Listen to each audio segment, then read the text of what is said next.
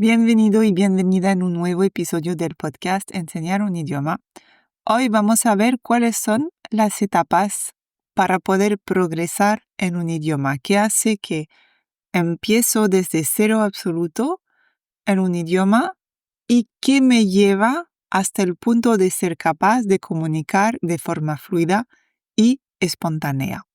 Y yo creo que es importante ser consciente e intencional en esas etapas cuando estamos planificando y diseñando las actividades de nuestras clases, porque muchas veces estamos por internet buscando ideas, dinámicas, juegos y decimos, mira qué bueno, qué bonito, qué gracioso, qué divertido. Pero yo te digo, la mayoría de esas actividades no están alineadas con esas etapas o no están incluidas en el momento adecuado en ese proceso de adquisición de idiomas y en ese proceso de progreso. Un ejemplo, una analogía, sabes que a mí me gusta también trabajar con analogías para explicar las cosas. Tú no sabes correr, bueno, no sabes correr, no sales a correr porque correr sabes, quieres apuntarte a un maratón, no empiezas la semana siguiente haciendo un semimaratón. Y a veces es lo que hacemos con nuestras actividades, que luego decimos, jolín, es que no ha funcionado, no está bien. Es que a veces no es la actividad que no está bien, es simplemente el momento adecuado en ese proceso de progreso, en qué etapa estoy y qué puedo dar a mi alumnado para que sea capaz de llevar a cabo lo que tiene que hacer. O si no, a veces pues son unas actividades que no sirven para nada. Quiero correr un maratón. Si me voy a entrenar a nadar todos los días, eso no me permite mejorar y progresar para poder llevar a cabo mi maratón. No significa que no ayude para el corazón y la capacidad cardíaca, ¿vale? Pero para el maratón en sí no sirve.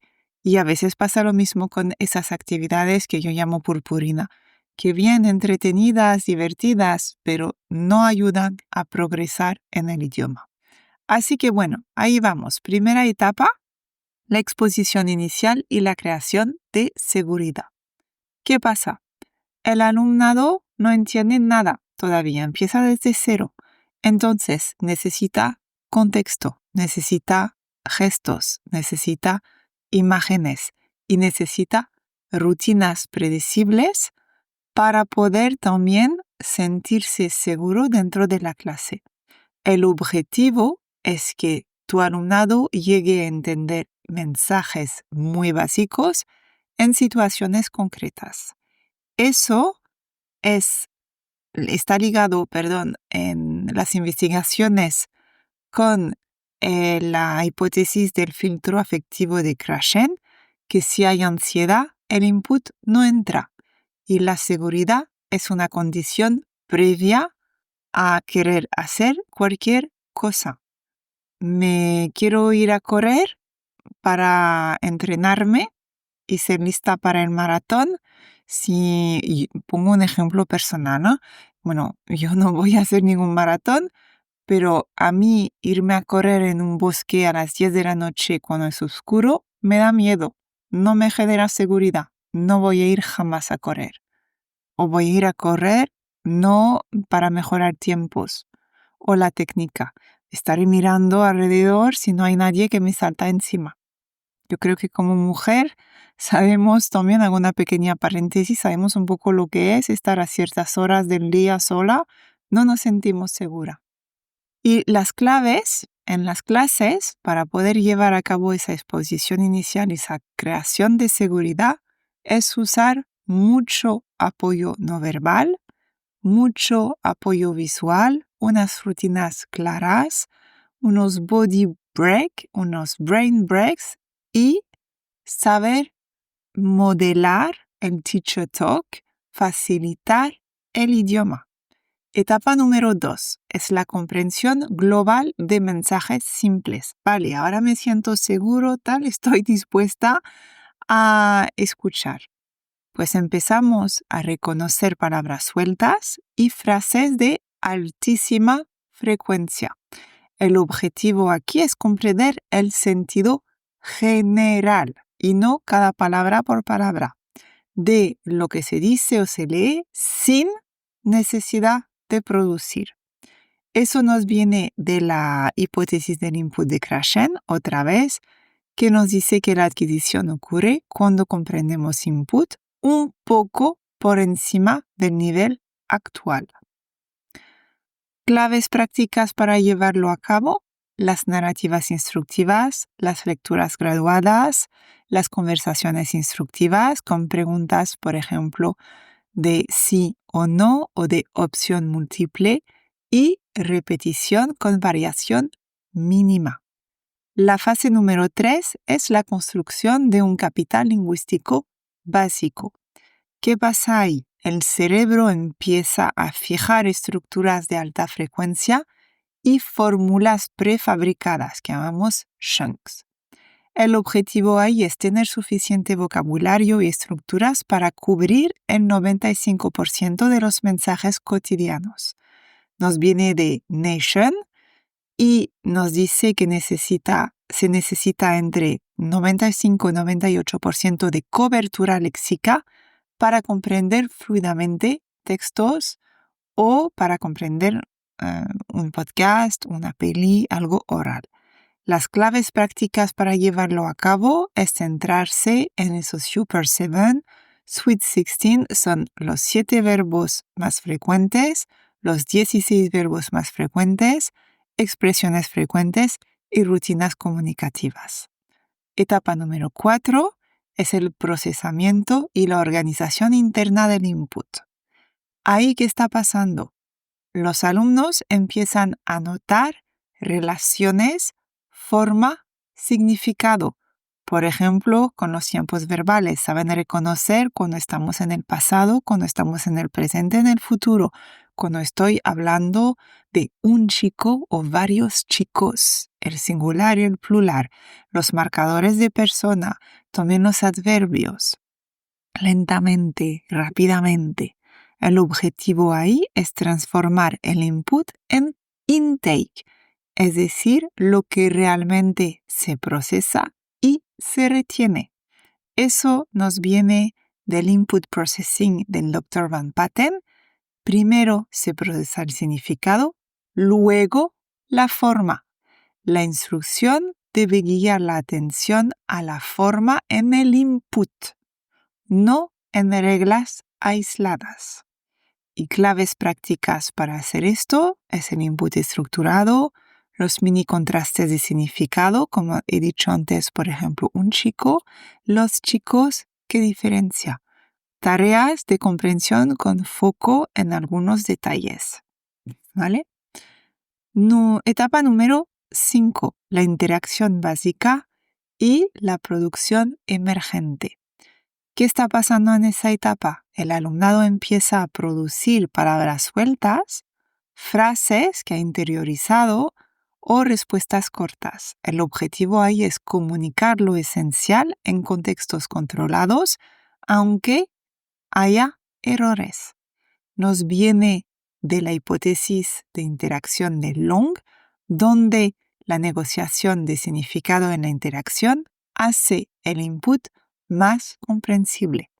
Claves prácticas para llevarlo a cabo en las clases: las preguntas personalizadas, la reformulación por parte del profesor cuando hay algún error de formulación en la expresión, una frase de un alumno, y algunas tareas de expresión oral guiada.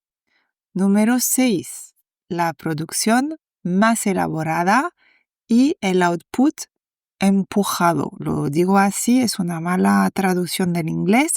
Sabéis que yo no soy traductora y a veces pues hay términos que es un poco complejo encontrar un equivalente exacto en otro idioma. ¿Qué pasa en esa etapa? Pues los alumnos intentan expresar ideas más complejas y notan como que sus huecos lingüísticos, es decir, lo que les falta a nivel lingüístico. El objetivo aquí es usar de manera espontánea lo que entienden, reorganizando la interlengua.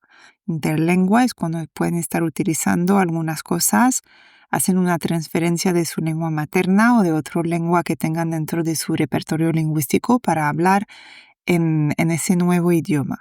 Eso también es lo que yo llamaba los huecos lingüísticos de alguna manera. Eso nos viene de Swain, de la hipótesis del output. Producir puede ayudar a consolidar las estructuras y notar lo que te falta todavía por interiorizar. Pero ojo, eso viene número 6. No viene número 1, ni número 2, ni número 3. Viene número 6. Porque antes he construido un capital lingüístico y es ahí donde veo que muchas actividades están fallando. Algunas claves prácticas para clase, actividades de retail, dictogloss sencillo, debates con andamiaje o escribir microtextos. Etapa número 7. La consolidación y la retención a largo plazo. ¿Qué pasa en esa etapa? Pues el lenguaje adquirido se recicla, se repite, se reutiliza y de esa forma se fija en la memoria a largo plazo. El objetivo aquí es recordar y reutilizar estructuras de vocabulario sin esfuerzo consciente. Nos viene de Ebbinghaus, de la curva del olvido, y de Karpike y Rodiger, donde nos dicen que la recuperación activa y las repeticiones espaciadas son clave para la retención. Algunas claves prácticas para clase: lectura repetida con variaciones, el spaced repetition, revisitar historias con nuevos matices, y reutilizar las mismas estructuras de vocabulario en diferentes contextos, por ejemplo. Etapa número 8. Pasamos a la automatización y la fluidez.